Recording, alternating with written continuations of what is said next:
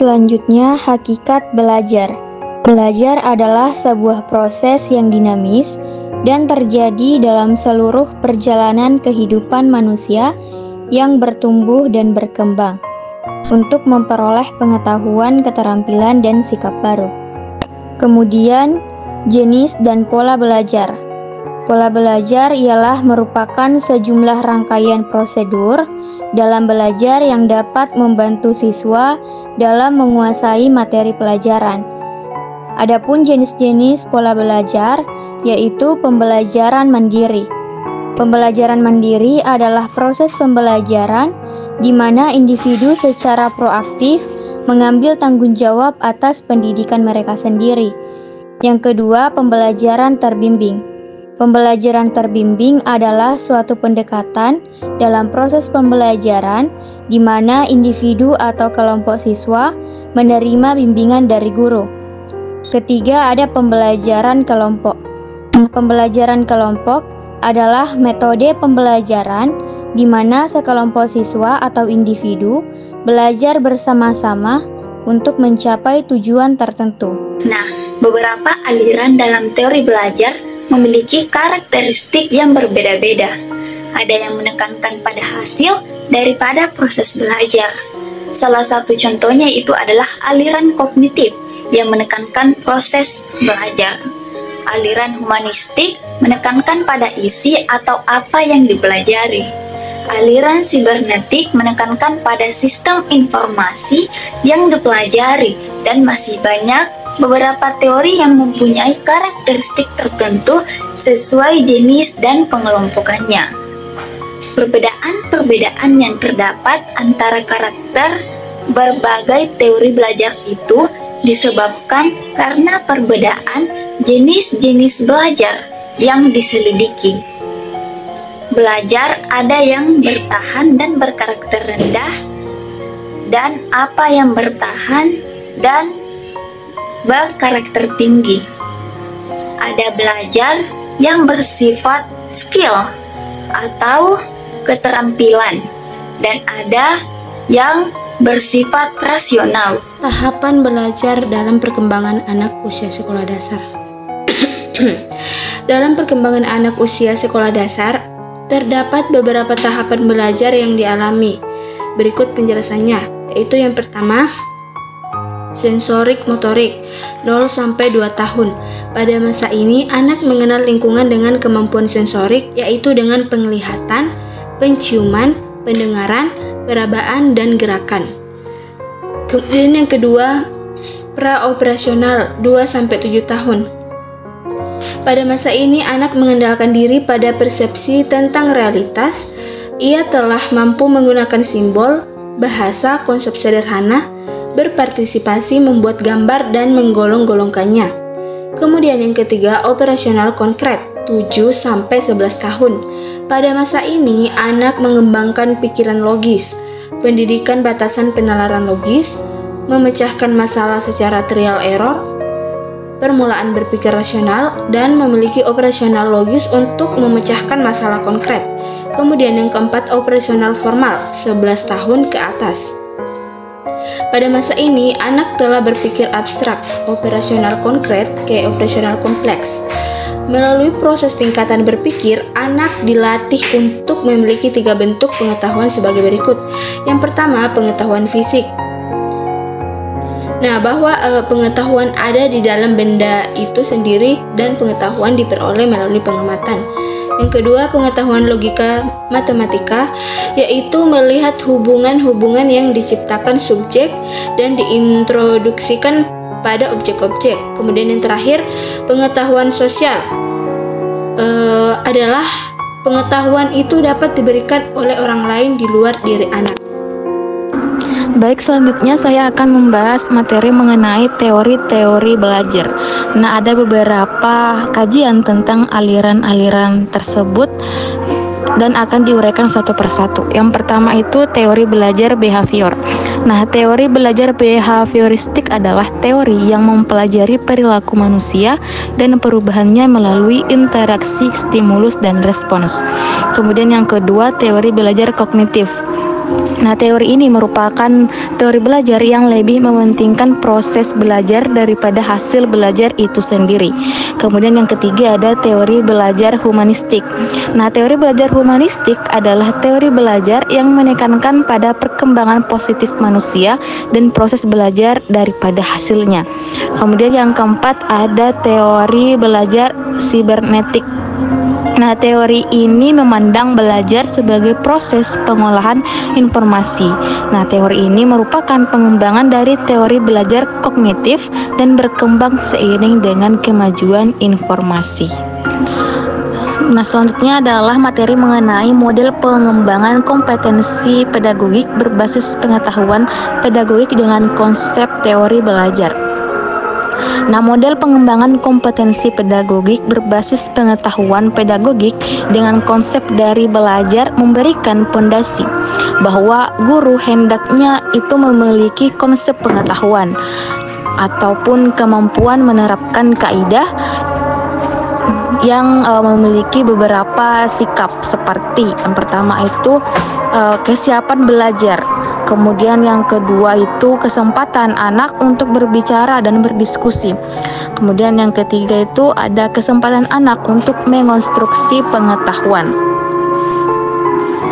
Kemudian yang keempat itu kesempatan anak untuk bersikap dan berperilaku serta melakukan perubahan. Nah, manusia itu bertanggung jawab terhadap hidup dan perbuatannya serta mempunyai kebebasan dan kemampuan untuk mengubah sikap dan perilaku mereka. Kemudian yang kelima itu ataupun yang terakhir yaitu kesempatan anak untuk belajar berpikir. Dalam pembelajaran, reflektif memiliki beberapa tujuan. Yang pertama yaitu adalah pemetaan minat belajar anak. Yang kedua, pemetaan tingkat keberhasilan sebuah program pembelajaran. Di antaranya itu adalah strategi, model, metode, dan teknik pembelajaran. Yang ketiga yaitu adalah identifikasi kekuatan dan kelemahan manajemen pembelajaran atau kelas dan keterampilan mengajar. Yang keempat yaitu adalah mengidentifikasikan kebutuhan dan kesesuaian pola pembelajaran dengan target dan kebutuhan anak didik. Nah, selain itu, reflektif juga memiliki berbagai manfaat dalam pembelajaran. Yang pertama yaitu adalah reflektif bagi guru dan siswa. Artinya, sebuah ruang untuk melakukan introspeksi dan sekaligus evaluasi diri, merenungkan jauh ke dalam kegiatan yang telah dilakukan, apa manfaatnya, apa kekuatan, apa kekurangan, dan bagaimana agar ke depan menjadi lebih baik lagi. Yang kedua yaitu adalah reflektif bagi guru menjadi sebuah upaya untuk melakukan pengamatan dan sekaligus penelitian tindakan kelas dalam upaya memenuhi kemampuan mengamati karakteristik anak didik dan mengembangkan kemampuan pedagogik. Nah, adapun berbagai teknik yang dapat dilakukan untuk memfasilitasi kegiatan reflektif. Yang pertama yaitu adalah reflektif melalui person. Nah, teknik ini dapat dilakukan melalui dialog antara guru dengan guru, guru dengan siswa, dan siswa dengan siswa, ataupun dengan orang tua atau mitra. Yang kedua yaitu adalah reflektif melalui media. Artinya, teknik ini misalnya dengan video pembelajaran dan media lainnya. Yang ketiga yaitu adalah reflektif dengan jurnal atau catatan harian. Kegiatan reflektif dapat dilakukan dengan berbagai cara, misalkan adalah dengan satu, membangun kemampuan interpersonal atau interpersonal skill. Dua, yaitu memetakan diri dengan Johar Window dan paradigma. Yang ketiga yaitu paradigma pedagogik reflektif atau PPR. Yang pertama yaitu kemampuan interpersonal. Interpersonal skill merupakan sebuah proses dimulai dari berkomunikasi dengan diri sendiri, mengenali pola berpikir masing-masing serta menyadari kekuatan perubahan. Yang kedua yaitu kemampuan klasifikasi orang dewasa atau guru dapat mengajukan pertanyaan dengan pernyataan mengklasifikasi sudut pandang berbicara seperti apakah yang Anda maksud itu? Apakah akan menjelaskan ini lebih lanjut? Dan yang ketiga yaitu kemampuan memberi semangat. Orang dewasa atau guru dapat memberikan tanggapan bahwa pengajuan yang membantu pembicara yang terus menjelaskan posisinya seperti, ya, saya mengikuti Anda, lanjut, saya mengerti apa yang Anda katakan, beritahu saya lebih banyak lagi. Yang keempat yaitu kemampuan merefleksikan reflektif, berarti meringkas rencana akhir. Orang dewasa atau guru menyimpulkan hasil konferensi, memeriksa kesepakatan kedua belah pihak dengan tindakan dan rincian. Yang kelima yaitu kemampuan menyajikan. Orang dewasa atau guru dapat memberikan idenya terkait topik yang didiskusikan seperti ini adalah sudut pandang saya. Yang keenam yaitu kemampuan pemecahan masalah. Orang dewasa, orang atau guru mengambil inisiatif biasanya sebelum diskusi mengenai permasalahannya, disajikan data mengenai solusi yang mungkin. Kalimat yang mengiringi biasa, mari kita hentikan dan mulai mencatat apa yang akan dilakukan. Di bagian ketujuh yaitu kemampuan negosiasi. Orang dewasa atau guru mencoba membicarakan dari solusi menuju konsekuensi tindakan yang disepakati, mengekspresikan prioritas, konflik, mempertajamkan. Yang kedelapan yaitu kemampuan mengarah. Orang dewasa atau guru dapat mengarah dengan cara memberikan pilihan alternatif seperti kamu hendaknya melakukan A dan B atau C. Yang kesembilan yaitu kemampuan menstandarkan atau mempersamakan. Kemampuan ini dapat berupa menyepakati rincian rencana. Setelah disepakati, tindakan yang dapat diterima telah tercapai. Memetakan diri berdasarkan John Window atau teori jendela Johari merupakan suatu model yang menjelaskan tingkat keterbukaan dan tingkat kesadaran tentang diri kita. Model ini memiliki 4 bagian yang menggambarkan bahwa manusia terdiri dari 4 model, yaitu self atau diri. Model dianggap paling penting dan berkomunikasi antar pribadi. Yang ketiga yaitu pengembangan kompetensi pedagogik berdasarkan kemampuan reflektif. Di bagian A, paradigma pedagogik reflektif atau PPR. Paradigma pedagogik reflektif atau PPR merupakan suatu paradigma yang dikembangkan dari cara berpikir dan bersikap reflektif yang dikembangkan oleh John Dewey. PPR adalah sebuah cara di mana pola pikir berpikir reflektif diterapkan dalam pembelajaran. Dalam paradigma ini, orang dewasa atau guru mendampingi orang yang belum dewasa atau anak didik untuk bertumbuh dan berkembang dengan terlebih dahulu mengenai kepribadian dan kelemahannya.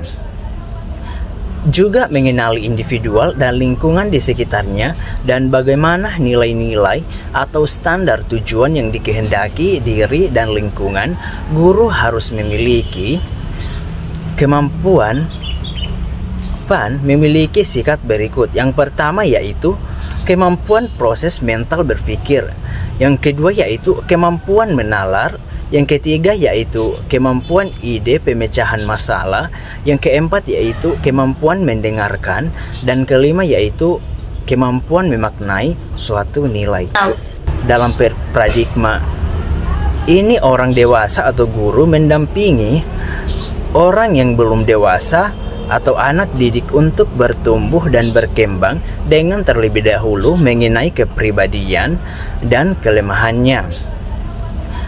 juga mengenali individual dan lingkungan di sekitarnya dan bagaimana nilai-nilai atau standar tujuan yang dikehendaki diri dan lingkungan. Guru harus memiliki kemampuan. Van memiliki sifat berikut. Yang pertama yaitu kemampuan proses mental berpikir. Yang kedua yaitu kemampuan menalar. Yang ketiga yaitu kemampuan ide pemecahan masalah. Yang keempat yaitu kemampuan mendengarkan. Dan kelima yaitu kemampuan memaknai suatu nilai.